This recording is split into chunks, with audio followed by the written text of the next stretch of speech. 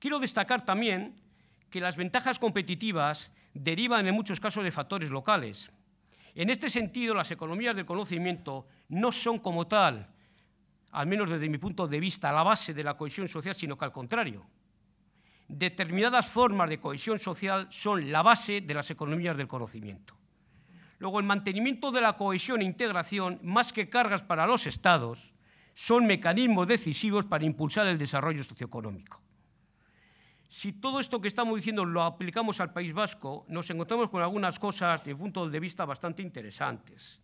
La sociedad vasca, como sabemos, transita de una manera rápida desde una situación que en la década de los 80 del siglo XX, del siglo pasado, indicaba una baja inversión en ciencia, tecnología e innovación, a otra en la que se produce el despegue, colocándose lo referido a la inversión pública en I+D+I en un lugar preferente entre las comunidades autónomas del Estado. Las limitaciones que presenta el País Vasco, de mi punto de vista, son fundamentalmente 4, que han sido ya escritas y probablemente las hayamos visto recogidas en otros lugares. En primer lugar, las dimensiones de la estructura empresarial. La sociedad vasca tiene un gran número, como sabemos, de pequeñas y medianas empresas. 97% de las empresas tienen menos de 2 trabajadores. Con la proliferación de pymes, las unidades de I+D+I de las mismas son pequeñas, en muchos casos carecen de la fuerza que pudieran alcanzar empresas de más dimensión, internacionalizadas y con un alto contenido tecnológico. Cuando hablamos del milagro finlandés, tendríamos que hablar también del milagro de Nokia, o el milagro sueco asociado a Ericsson, o empresas como Apple o con Microsoft, etcétera, etcétera.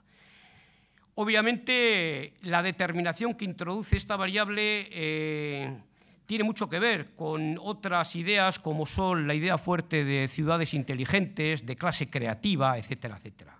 Podríamos establecer una relación entre la dimensión empresarial y la dimensión del sistema de I+D+I, de tal suerte que las sociedades despunteras en este tipo de situaciones no son solo las que han hecho un trabajo significativo de recuperación sociourbanística, sino las que tienen un motor de innovación técnico y tecnológico que les permite internacionalizar sus productos y ocupar el espacio destacado en los sectores punteros de las industrias del conocimiento. Cuanto a los intentos de crear, por ejemplo, clústeres de empresas para garantizar el incremento del tamaño y la competitividad, la política seguida muestra que las fórmulas crean relaciones de interdependencia, pero su estructura y dinámica organizativa le impiden replantearse el tamaño como un problema estructural del sistema vasco de innovación. En segundo lugar, hablar de la financiación del sistema. En todas partes, como decía hace un rato, es un elemento clave a tener en cuenta. De hecho, la relación entre inversión en I+D+I y sistema de innovación es una conexión clara y significativa. El grado y la cuantía de la inversión es un dato estructural a tener en cuenta para conocer el estado del sistema, aunque no debemos perder de vista tampoco la eficiencia y la evaluación del gasto. Dicho de otra manera, es cierto que cuanto más inversión, más desarrollo del sistema de I+D+I, pero también que el sistema de financiación debe ser eficaz. Los fondos invertidos deben estar bien gestionados y la evaluación del sistema debe marcar criterios en la asignación y el control de los fondos. Los porcentajes vascos muestran la situación. Los datos dicen que se invierte el 1,47% del PIB frente al 3,45% de Finlandia, el 3,72% de Suecia o el 2,54% de Alemania, por citar algunos datos de sociedades de nuestro entorno. El tercer factor es el entramado institucional, del que el sistema se dota para hacer relevantes los escenarios de innovación. En este caso, los más importantes son las universidades, por supuesto, los centros tecnológicos y las unidades de I+D de las propias empresas.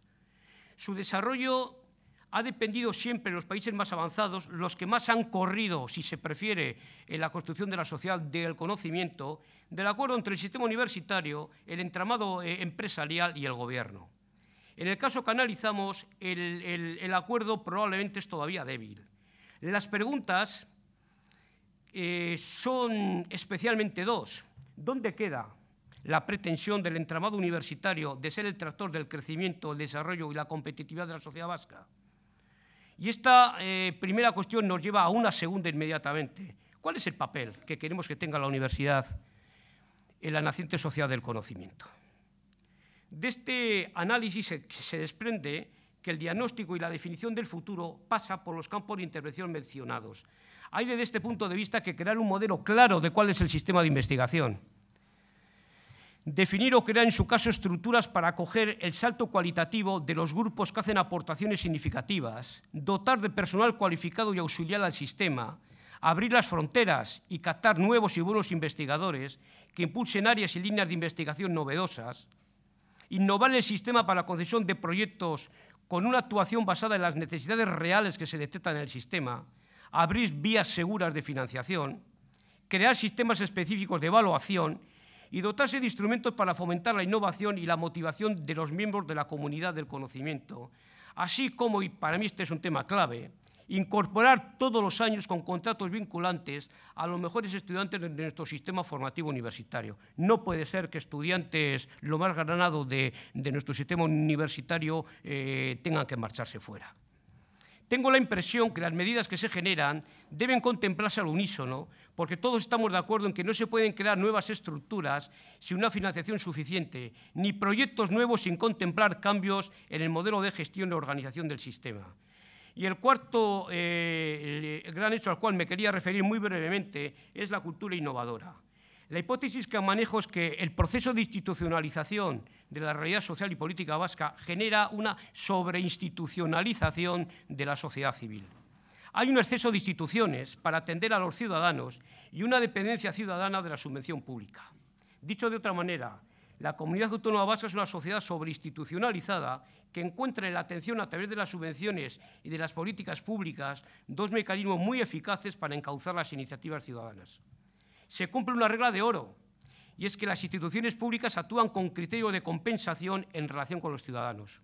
La innovación y la cultura que la protege está sumida en un juego de paradojas, porque necesita las instituciones públicas para que le den las garantías que se ha forjado, pero a la vez el éxito de la innovación llama a la asunción de riesgos y al espíritu individual emprendedor. El riesgo es que el peso institucional y la presencia de las aportaciones públicas en prácticamente todas las iniciativas ahoguen precisamente ideas y acciones que demandan riesgo y emprendizaje individual, supliendo la innovación eficaz por la retórica de la misma, o que éste busque la protección del poder público como si este fuese el báculo que garantiza necesariamente su realización. Para concluir, unas breves conclusiones. ¿Cuál es el papel que creo que tienen sociedades como la vasca en este juego de la innovación? Yo creo que tal y como he sostenido, tanto el tamaño de la sociedad, las inercias históricas, la estructura de las empresas, la debilidad de algunas instituciones básicas, las paradojas de la cultura de la innovación o del capital humano inducen elementos de avance en algunos campos, pero también de freno en otros. ¿Por qué? Porque, en definitiva, sociedades con el grado de desarrollo y la capacidad de penetración de los sistemas de innovación, como en el vasco, tienen algunas limitaciones.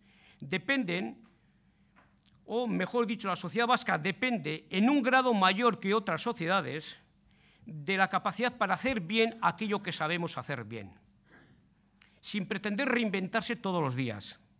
La clave, el techo de bóveda de sociedades pequeñas y con las características aducidas en el caso vasco es hacer bien o hacer, si quieren, muy bien las cosas. Porque las transformaciones repentinas o rápidas en la estructura empresarial, el crecimiento en un corto plazo de tiempo de la inversión en I+D+I, la aparición de un nuevo sistema institucional o de una cultura específica de la innovación no suelen ser posibles a corto o medio plazo y no pueden crearse tampoco de la noche a la mañana. Otra cosa es que las referencias que se siguen indiquen caminos e induzcan a huir de soluciones prefijadas. Ciertamente no es absurdo pensar que el juego de los sistemas de innovación o de las sociedades del conocimiento no es un juego sobre el todo o la nada, al contrario.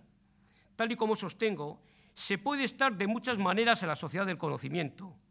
El problema es acertar con la elección. Y sobre todo lo que está claro es que lo que no se puede es no estar.